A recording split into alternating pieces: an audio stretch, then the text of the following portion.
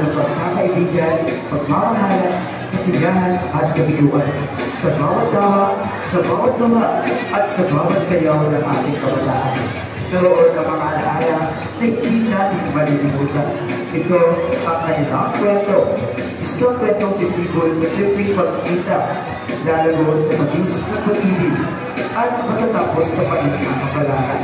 Ito ang Huling El Vivo.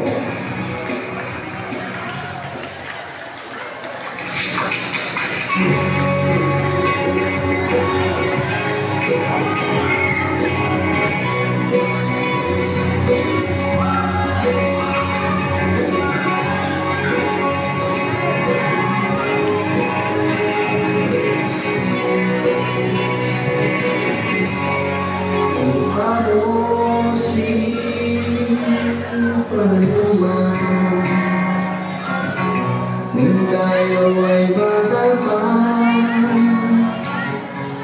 at ang galing mong sumayaw, mabuhi man o tiyatya, ngunit ang paborito ay pagsayaw ng El Bimbo.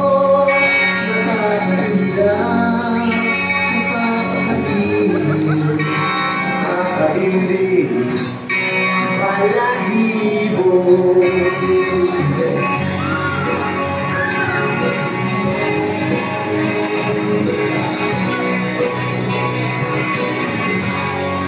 Wow, supportive advisor!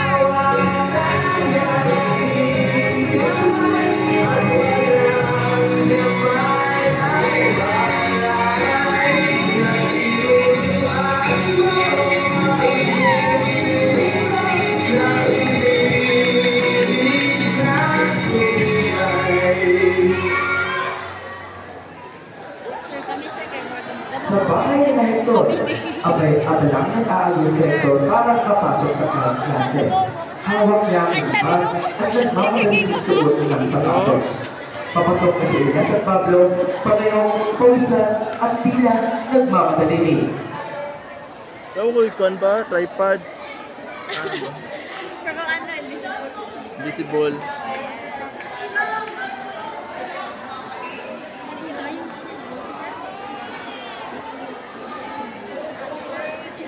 Sa to? Mana to? Sa bawat araw, di nakawala ang buhay na kabataan. Laging nagmamadali, laging may hinahabol. Ngunit isang simpleng saglit, ang pagmamadali nito ay magdadala sa kanya ng isang pangyayari na magpabago sa kanya mga alaala.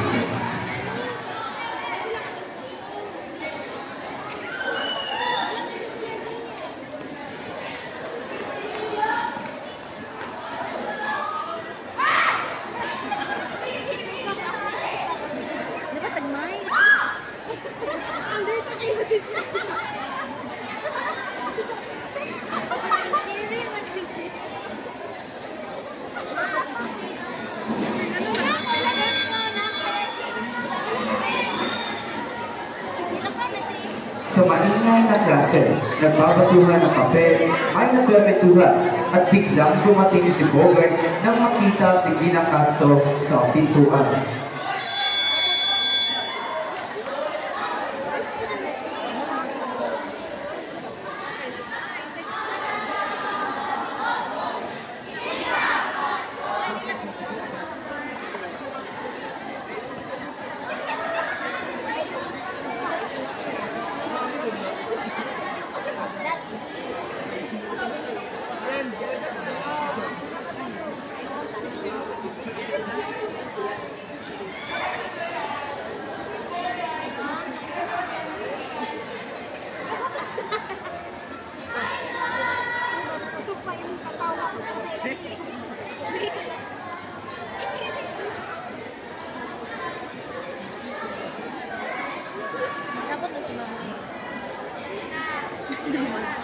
Pumili na si Gina Castro ng mga grupo para sa kanilang pagtatanghal. Ahatiin niya ang klase sa 3 pangkat at bawat isa ay kailangang magpakitang gilas ng kanilang mga talento.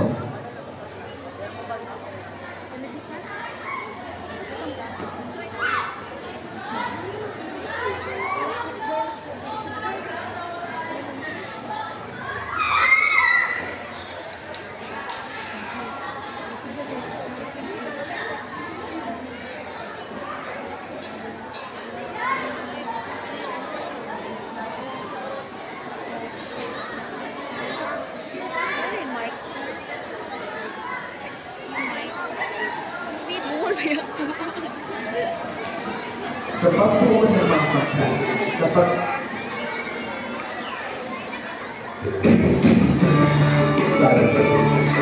hindi pa alam ni Hector at Joy na sa simpleng pagsasabi nila sa isang grupo ay nakikitaan upang mas makilala nila isa't isa. Si Hector, Elias at Pablo ay nag-usap-usap sa may tindahan ni Aling Nena.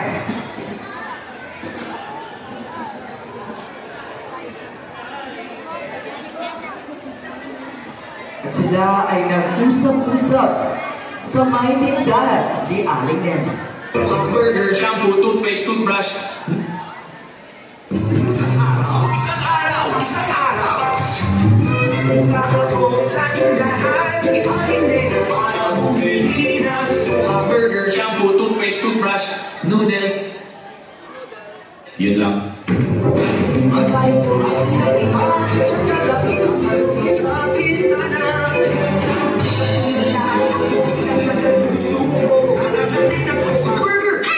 Pati-pati ko, napasok daw si Aling Nena, kung naman ay parang na kuryente. Ngunit natanggal ang niya nang makita ko na nakatawa ang dalaga. Kaya sorry, sa pagmamalay, nakay mo na ba sa lubi ko? Pagdating sa bahay, magkaya sinanay, pero sa buhay, nabago na tulay. Ni Aling Nena, walang isang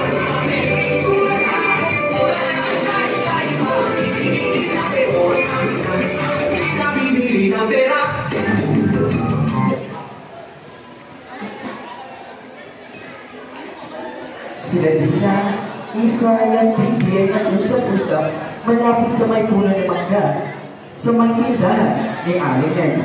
Tapos malinagin mo. Ay, na minuto, tiga maging anak, no?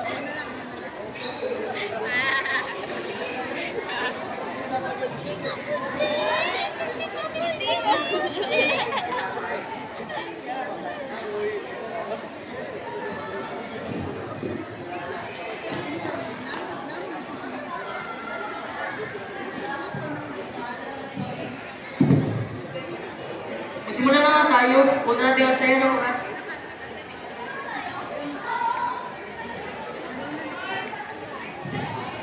Okay lang naman sa April yan, sino kaparis mo? Kami na lang din.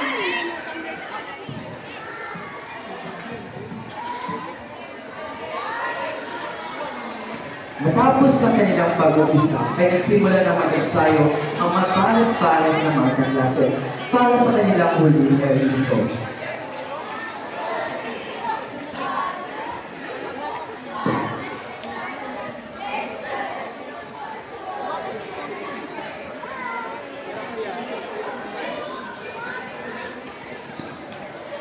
Habang si Joy naman ay nag-ensayo kasama kanyang sarili, dala-dala ang kanyang radyo.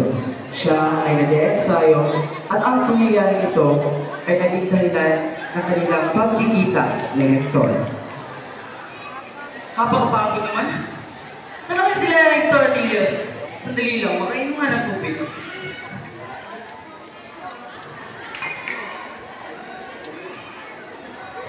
Ay, pasensya ka na, Joy. Nakita mo ba sila Elias at Pablo? Nag-ensayo sila kasama ng mga pares nila. Nag-iensayo eh. Ikaw, bakit hindi ka pa nag-iensayo? Wala pa kasi akong pares eh. Ikaw? Wala pa din akong kapares, Joy. Pwede bang tayo na lang? Ano sinasabi mo? Uy, gabi na siya oh. Ibig ko sabihin siya, bimbo. Sige, tara. At nag-ensayo na si Joy at si Hector.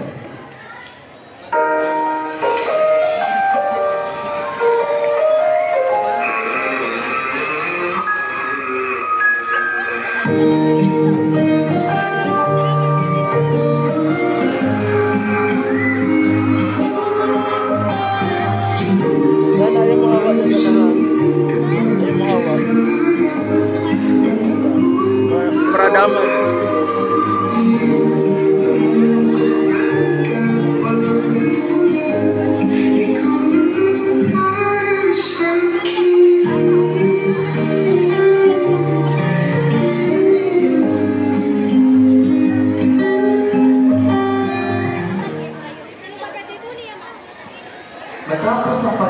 ngayong yun, ay kinaumagahan ay nagkita ang mag-ina na Alfonso at Joy sa harap ng bahay. Habang nag-uusap sila, ay nabanggit ang pamumulila kay Joy at sa pagbabalik ni na Alfonso at ng kanyang pamilya. Dumating si Joy mula sa paaralan at agad ay nasilayan ang matagal na hindi nakikita kaibigan. Ang pagkikita nila muli ay puno ng tuwa at pananabili. Sir, gising mo tapos sir.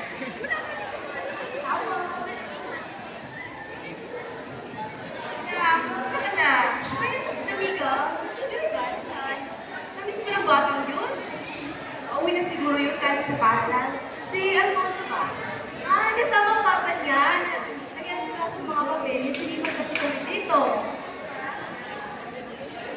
Ikaw?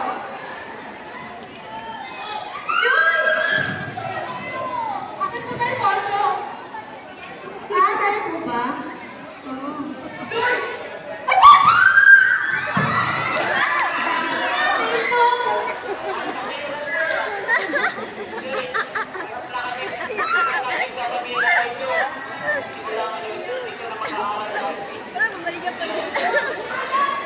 Alam niyo ba, may first na punta sana kayo ha?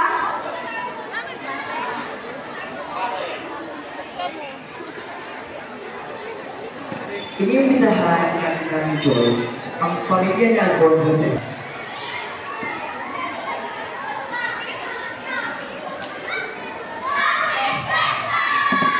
Pablo, Victor! May nasiyahan ka sa bilang barangay. Ano? Dahil na? Tara, tara! Mo, ka naman talaga dito, no? Uy, sandali lang! Dito sa Pablo! Tara, punta tayo dito, no? Musta kayo?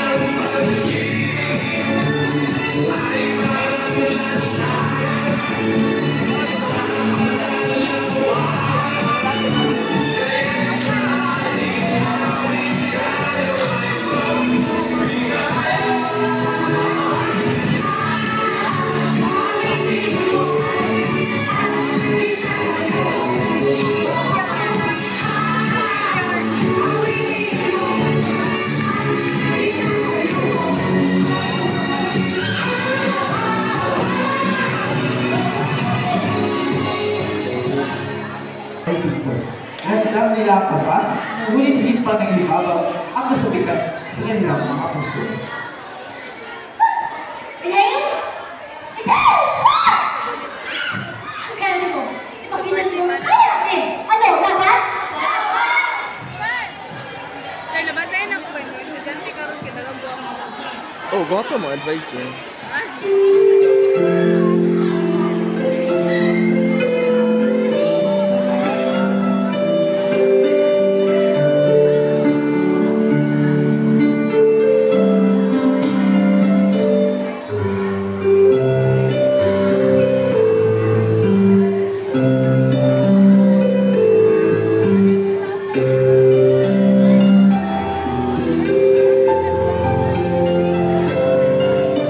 Ay, kami sir!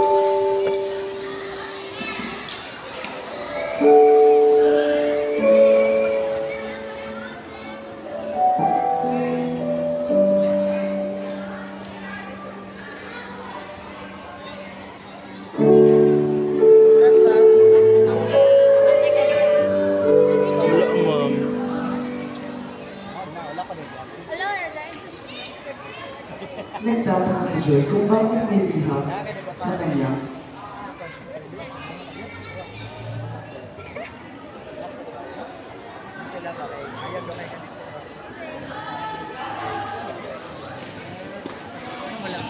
Ngunit hindi niya alam ang liham na ito ang magiging dahilan ng isang malaking pagkakamali. Uy, ano yan? Uy, bigyan na sa takin yan! Uy, sa takitan! Uy!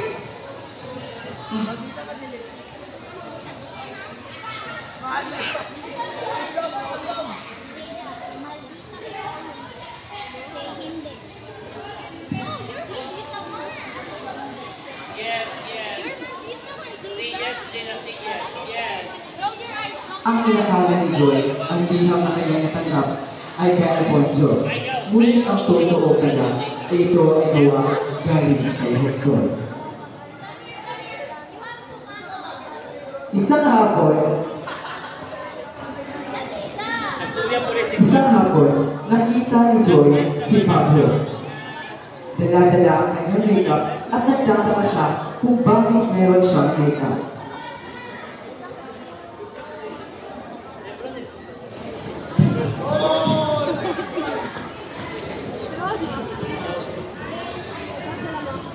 Hoy, Pablo! Bakla ka na. Huwag ka naman sinungaling. Alam ko na mga galawan mga bakla, no? Sige, halikan mo ako sa labi.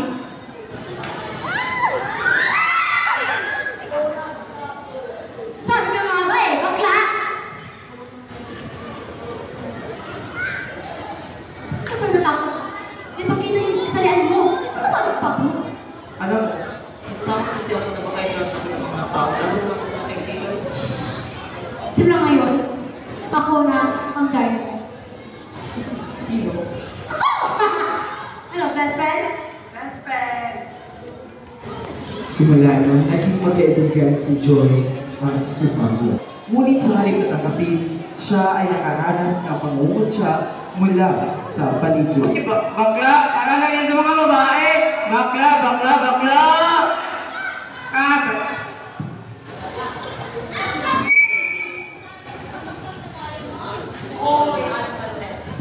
Alam mo rin ba na mga tao chismoso na kagaya mo ay hindi rin makakapasok sa langit? At ang napakawawang husga mo naman, itingnan mo naman sarili mo. Ang taba-taba mo pa, po. Aba, ako kapasok ng batang ko. At sumasagot pa talaga sa mga matatanda. Ito naman. Hoy, maaari! Hindi ba yan bakla sa langit, ha? Tsaka gumagawa siya ng kabutihan at hindi ako sabaan. Kaysa daw, chismosa kayo. Hindi nga, Pablo.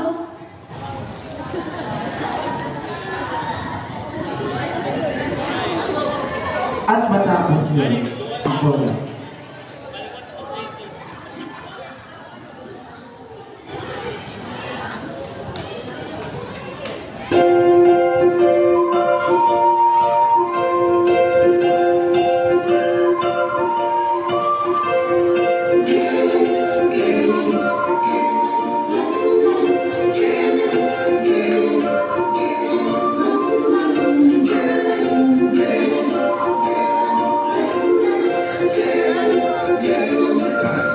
Babae ka ba? Babae po ako, mali ka dyan sa inaakala mo. Babae po ako, hindi ako clown, lalo pinikha ng iyong ilusyon. Babae po ako, pag nakakagilid, tingin mo lang ako'y otak. Huwag kay baba, overgo is mo lang ang sukat. Babae po ako, no, no, no. Babae po ako, di ako bakla. Di ako syokla. Nililito ko na ang iyong paningin. Babae po ako, di ako bakla. Di ako syokla. Babae po ako, gusto lang para wala na pagkimalayan.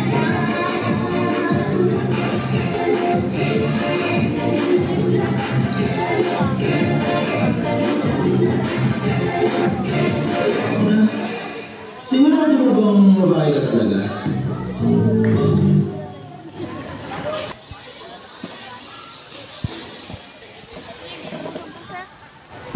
Dito siya pa, dito niyo sa... Kami, Jude!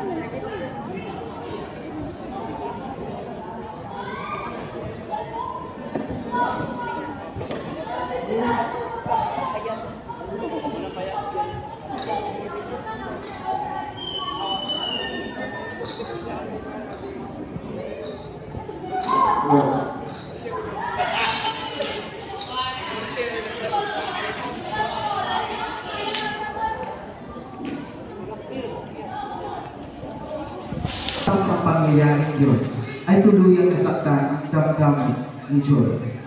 Ngunit makalipas ng ilang araw, sa bawat gabi narinig ang himbi ni Joy.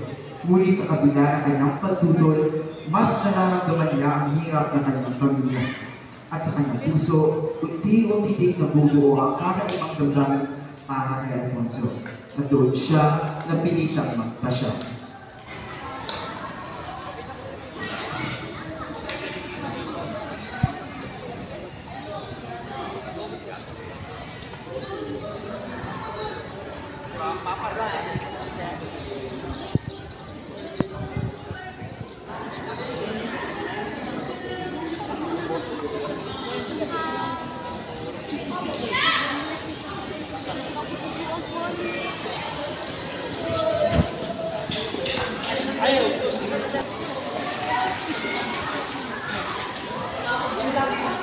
Ayan sila din yung room mo. Open na. Kaya akong laptop na daan. Ay, di ba? Ano kaya gabi? Mahagi na. Ano naman ito?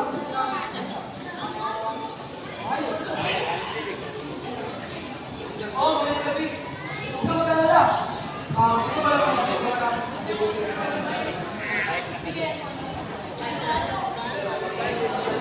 At pumayag si Joy na makipagkita kay Alfonso. Sa isang perla na pinuntahan ni Hector, Pablo at Elias, na doon din simula ang kalbaryo, hindi madali matulog.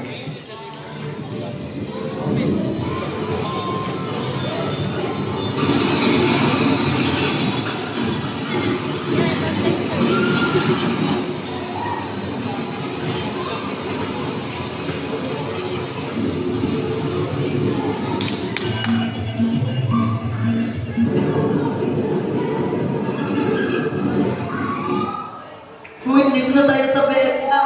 Ang saya dito, ang daming tao. Oo nga. Saan ba kayo napupunta?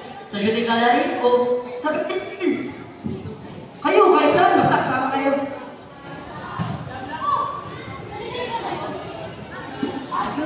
Buti sakto, sama ka na sa Joy, mas masaya, pag-kompleto. Oo nga. Gala na tayo. Wala na si Mami. Pasensya na. May lakad kasi kami na mama. Diyan ko kasali ko.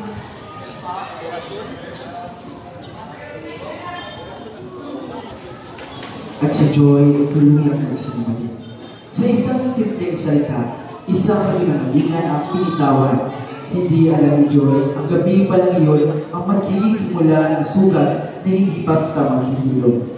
Sa perlang pinuntahan nila Hector, sa gilid nito ay katabi ang isang mamahaling restaurant. At doon nakita ni Hector si Joy kasama si Alfonso.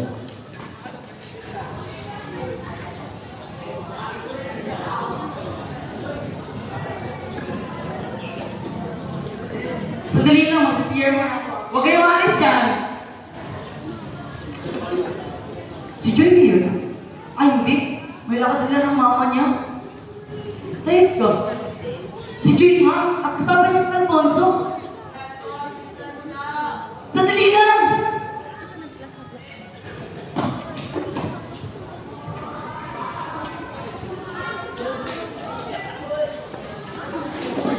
Matapos ang pangyayari ko at kinabukasan sa pagitan ng tawanan at kwentuhan ng barkada, may isang hindi may tatawag distansya. Ang dating masigla at malapit, ngayon unti-unti lumalayo.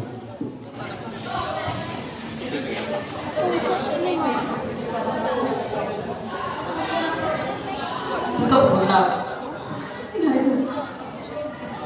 Wala. Bigla na lang yung ganyan yan.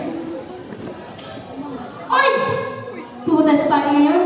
May common foods to todo. Tsaka, Sabado naman ang bukas. Tayo.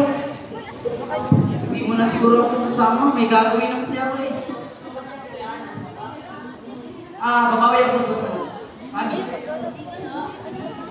Sabi mo eh, ako kulit din naman. Kita na may gagawin ng takaw.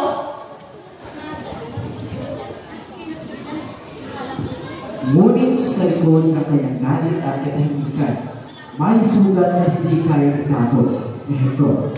At sa gabi ngayon, ang kanilang nagaming matagal na itinutuloy, tuluyang sumahod. Hector, maaari ba tayo mag-usap? Wala ngayon, Jay.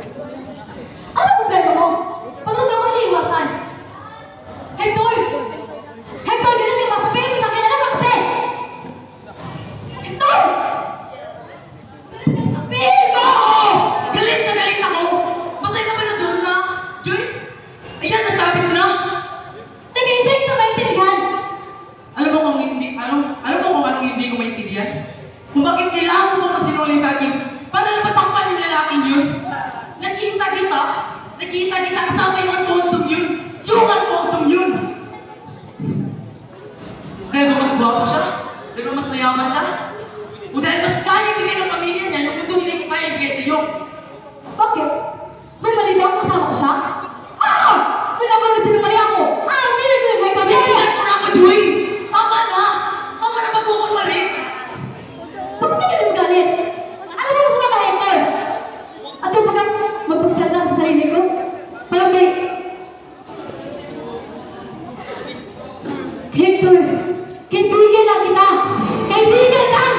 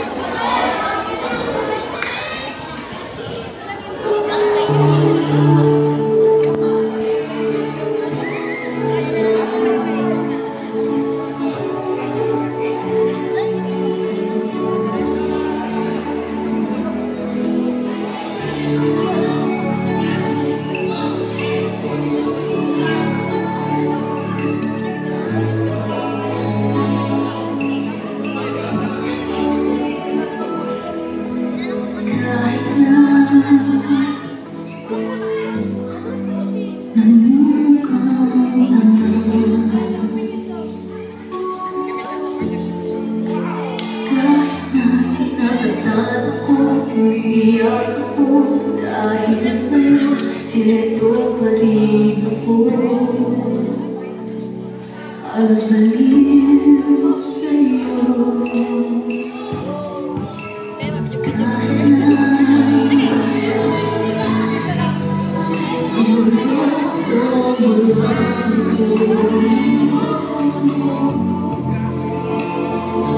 Maulo pa.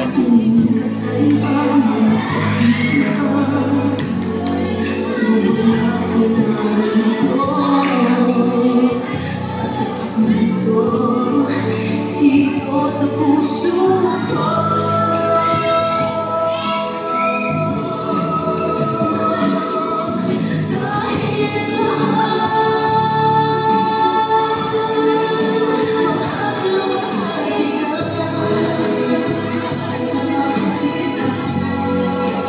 Hindi ako matatakot, mahihiya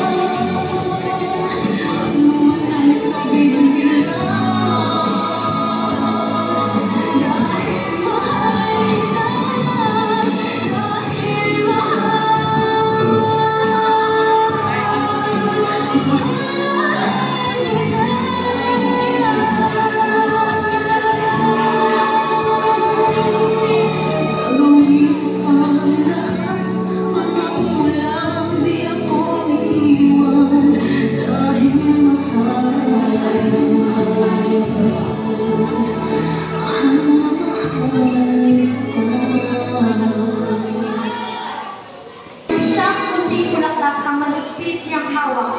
Isang bulaklak na sana'y maging simbolo ng kanyang paghingi ng tawad at pag-amin ng kanyang tunay na damdamin.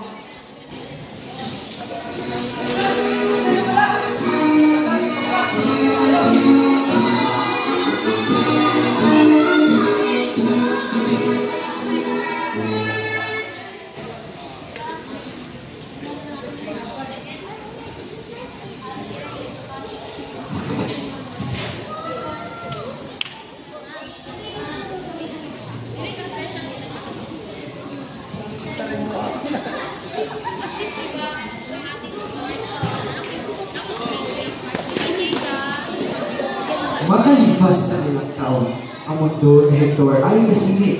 Walang balita, walang liham, at tila ba nawala na sa kanyang pangingin si Joy. Ang bawat araw ay dumaan sa kanyang isipan. Ang Apoy na dire ba? ang dalagang minsan ibigay. Asa mas snack na to dire ah.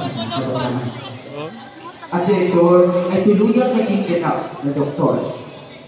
Makalipas sa ilang taon, si Joy ay hindi naging matagumpay sa inaasahan ng buhay. 33. Sa higit ay napunta siya sa malupit na 33 minutes. kamay ni Alfonso.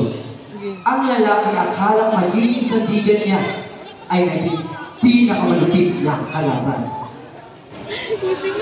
Singot tayo, igang na kayo.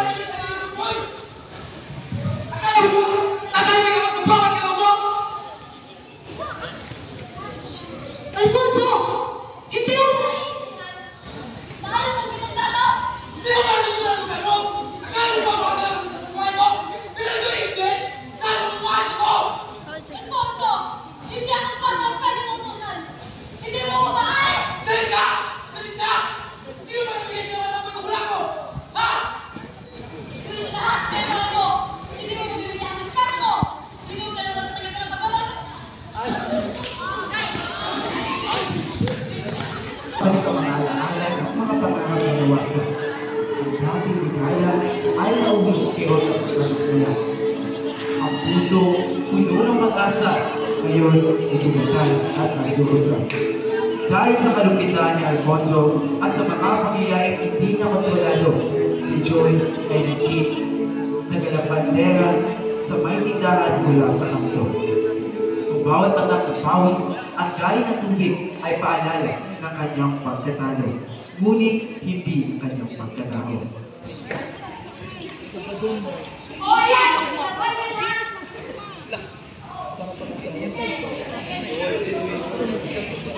Naging miserable ang buhay ni Joy.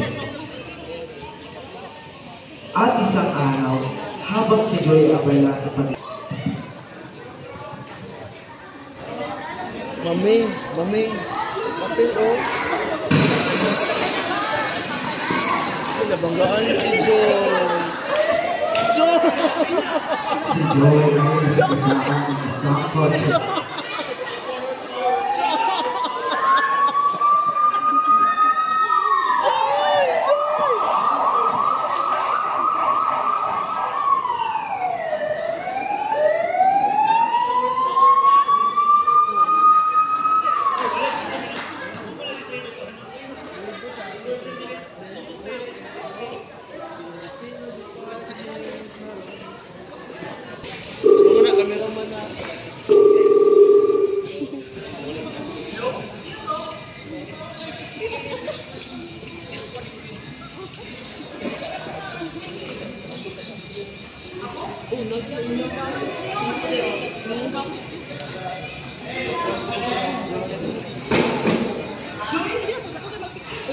Parang umuho ang mundo ni Hector. Ang pangalan na matagal ng laman ng kanyang puso, ang Hector. Hindi lang bilang isang lalaki na nagmamahal, kundi bilang isang doktor na desperado iligtas ang buhay ng pasyente na nakadusan sa kanyang harapan.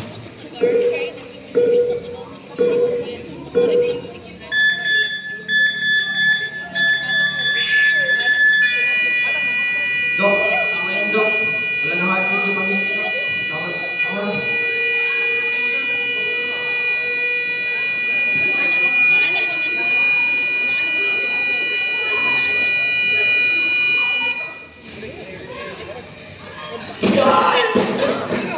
Bakit ikaw ba?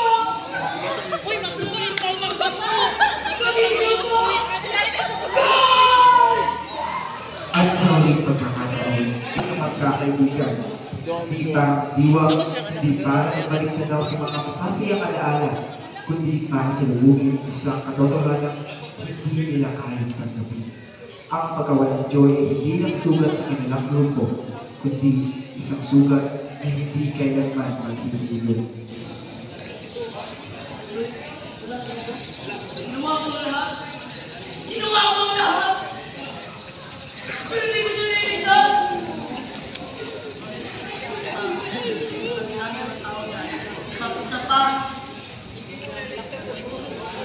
Sa katahimikan at kanilang pagkikita, tanging mga hindi at luha ang hari na langit at luha na mga nagmamahal ng Diyos na hawan sa ito. Nakaluhod, takal ng mga alaala na sana na maibigay niya nung siya'y nabuhay pa. Ngunit ngayon, lahat lupa at katahimikan na lang ang kanilang pagkikita.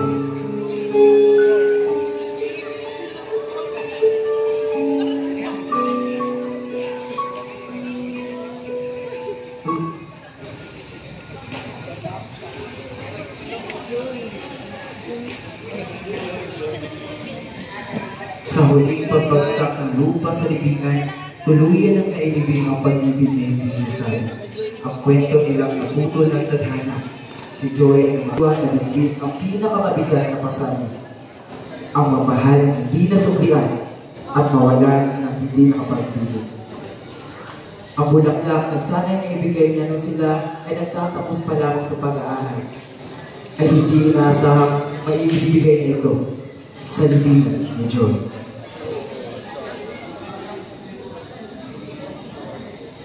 Tuluyan ang nakaalam si Joy kay Hector. At sa pagtatapos ng kanilang kwento, ang natitira na lamang ay ang